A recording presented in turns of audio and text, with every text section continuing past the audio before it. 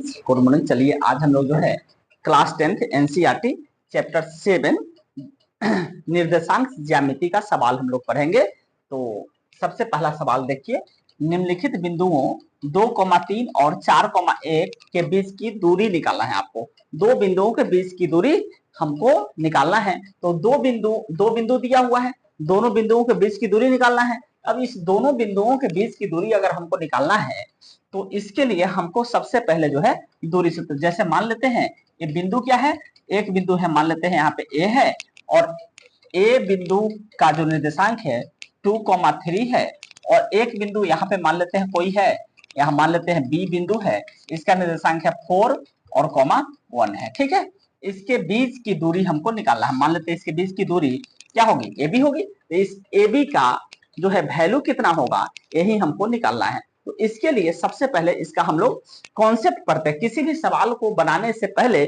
उसका क्या कॉन्सेप्ट है, उसके लिए फॉर्मूला क्या है, उसको हमको पढ़ना चाहिए, ताकि इससे रिलेटेड कोई भी सवाल अगर एग्जाम में या फिर आपसे कहीं भी पूछा जाए तो उसको आप बना सके। तो हमको इसके लिए दूरी सूत्र पढ़ना होगा। जैसे दूरी सूत्र क्या कहता है, हम मान लेते हैं यहाँ पे कोई बिंदु ए है, ए का निर्देशांक आपको x1, y1 यदि है, उसके बाद में यहाँ पे कोई बिंदु अगर है, मान लेते हैं बी है और इस बी का निर्देशांक x2, y2 अगर दिया हुआ है, ठीक ना। ए यहाँ पे कोई बिंदु है, इसका निर्देशांक x1, y1 है। निर्देशांक ज्यामिति हम लोग पढ़ रहे हैं, कोऑर्डिनेट ज्योमेट्री।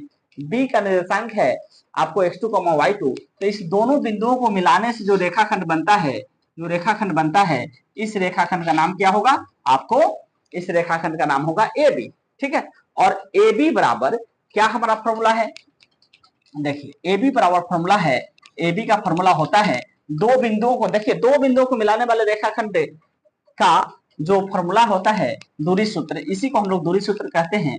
ये होता है रूट अंडर स्क्वायर रूट। ठीक है, देखिए x2 माइनस x1 क्या होता है, x2 माइनस x1 होता है का होल स्क्वायर और प्लस होता है y2 माइनस y1 का whole square, y2 minus y1 का होल स्क्वायर होता है। एकदम सिंपल सा बात है। देखिए x2 में से x1 घटा देना है, x2 में से x1 घटा देना है, उसके बाद आपको y2 में से y1 घटा देना है। एकदम सिंपल। देखिए x2 में से x1 घटा देना है, इसका स्क्वायर निकालना है, प्लस y2 में से y1 घटा देना है और इसका स्क्वायर निकालना है, और इसको जोड़ करके इसके बाद इसका रूट निकाल देना है। यही आपको दूरी सूत्र, मतलब कि ए से बी की दूरी मिलेगा, ए बी मिलेगा। चलिए इसी फॉर्मूले को हम इस पर इस सवाल में अप्लाई करके देखते हैं।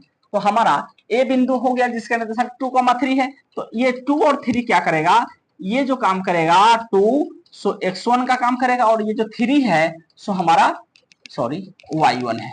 3 क्या है, y1 है। और यहाँ पे जो 4 है यह क्या है, x2 है, और ये जो 1 है सो हमारा क्या है, y2 है। क्या है, y2 है। ठीक है, पहले आराम से समझ लीजिए।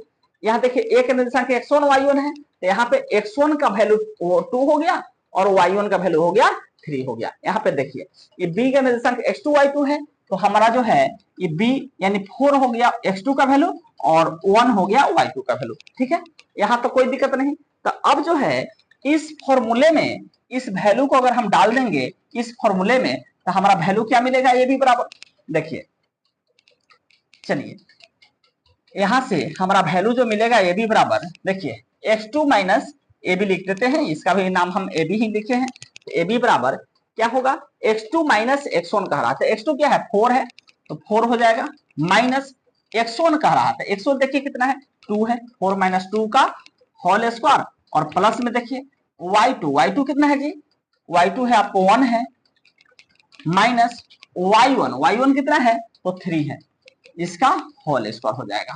तो ये जरा देखिए कितना हो जाएगा, अंडर स्क्वायर रूट 4 में से 2 गया तो 2 का होल स्क्वायर होगा, प्लस में 3 में से माइनस 1 में से 3 तो जाएगा नहीं, तो 3 में से 1 जाएगा तो 2 आएगा। इस दोनों में बड़ा कौन है, 3 के पीछे माइनस है, इसलिए -2 का होल स्क्वायर अगर हम लोग निकालेंगे तो जरा देखिए आ कितना जाएगा, अंडर स्क्वायर रूट 2 का स्क्वायर 2 ये सॉरी 2 दूनी 4 होगा, प्लस -2 का स्क्वायर 2 दूनी 4 होगा, और माइनस 2 बार क्या हो जाएगा, प्लस हो जाएगा। तो ये बराबर होगा आपको अंडर स्क्वायर रूट कितना हो जाएगा, 4 4 8 हो जाएगा, और 8 का जो वर्गमूल होता है देखिए कैसे निकलता है, तो इसको भी निकालने का हम तरीका बता देते हैं आपको। 8 है, इसका हम लोग गुणनखंड तोड़ेंगे, तो 4 बार में 2 से 2 बार में, तो 2 को 2 जो है रूट के अंदर में हो जो होता है, तो 2 को 2 के बदले में बाहर में 1 2 निकल जाता है और 1 2 रह जाता है, इसको हम लोग रूट के अंदर में छोड़ देते हैं। इतना इकाई जो है हमारा आंसर हुआ। ठीक है, तो आशा करते हैं कि आप लोगों को समझ में आया होगा। ठीक है, समझ में अगर आया होगा तो आप लोग वीडियो को लाइक और शेयर जरूर कीजिएगा। थैंक यू, धन्यवाद।